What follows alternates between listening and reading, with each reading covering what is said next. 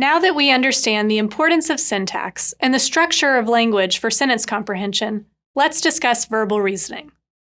Verbal reasoning is defined as the ability to infer or draw a conclusion from known or assumed facts.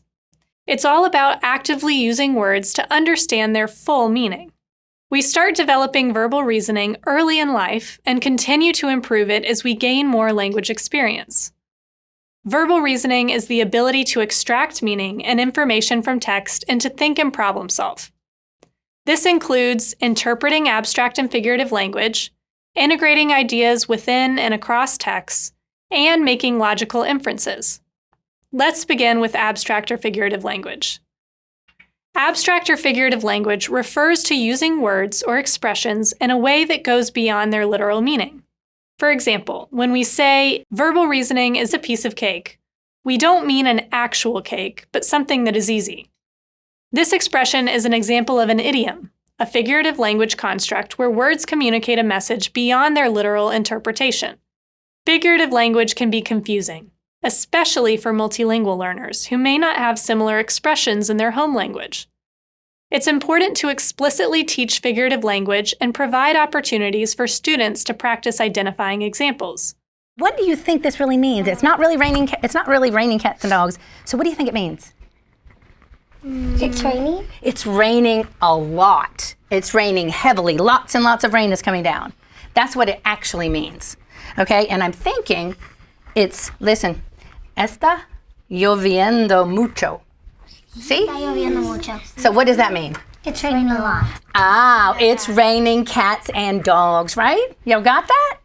Additionally, you can engage in responsive teaching practices by encouraging multilingual learners to share examples of non-literal language from their home language and discuss them as a class.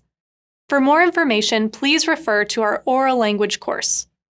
Another important aspect of verbal reasoning is integrating ideas within and across texts. Readers must go beyond what the author says to interpret the story. For example, let's imagine you are reading the story The Boy Who Cried Wolf to first graders. In the story, the boy lies multiple times about seeing a wolf. Then, when there really is a wolf, nobody believes him. After reading the story, you might ask your students questions to encourage them to apply verbal reasoning as they integrate ideas from the story, such as, what lesson did the boy learn in the story? Or, what happened in the story that made the boy realize the importance of honesty? These questions require students to recall details from the text and use verbal reasoning to make connections between the events in the story and the lesson about honesty. Verbal reasoning is not an easy task. It requires readers to go beyond what is directly stated and apply executive control, background knowledge, and critical thinking skills as they comprehend. Teacher support is critical. Let's watch a quick example of Miss Forbes as she scaffolds the process of her students applying verbal reasoning. In this clip, Miss Forbes encourages her students to think about multiple meanings for the word nut to understand their chapter title. Does anyone have another meaning for the word nut? Like someone who is either nutty, kind of, or it can mean like someone who's really into something. Yes, very good. Very good. So he said someone who's really nutty, right? So we try not to use the meaning in the definition in the actual word. So you mean when you say someone who's nutty, you mean someone who's like, what's another word for nutty? Like crazy, right? And guess what? You said someone who's really into something. So that's another definition. So which one do we think would be relevant to Alton? Just if we took a guess. Which one do you think? The first, the tree nut, the crazy nut, or the person who's really into something? Into something, Johnny Nut. And who agrees with Carly? Raise your hand if you agree with Carly. Okay.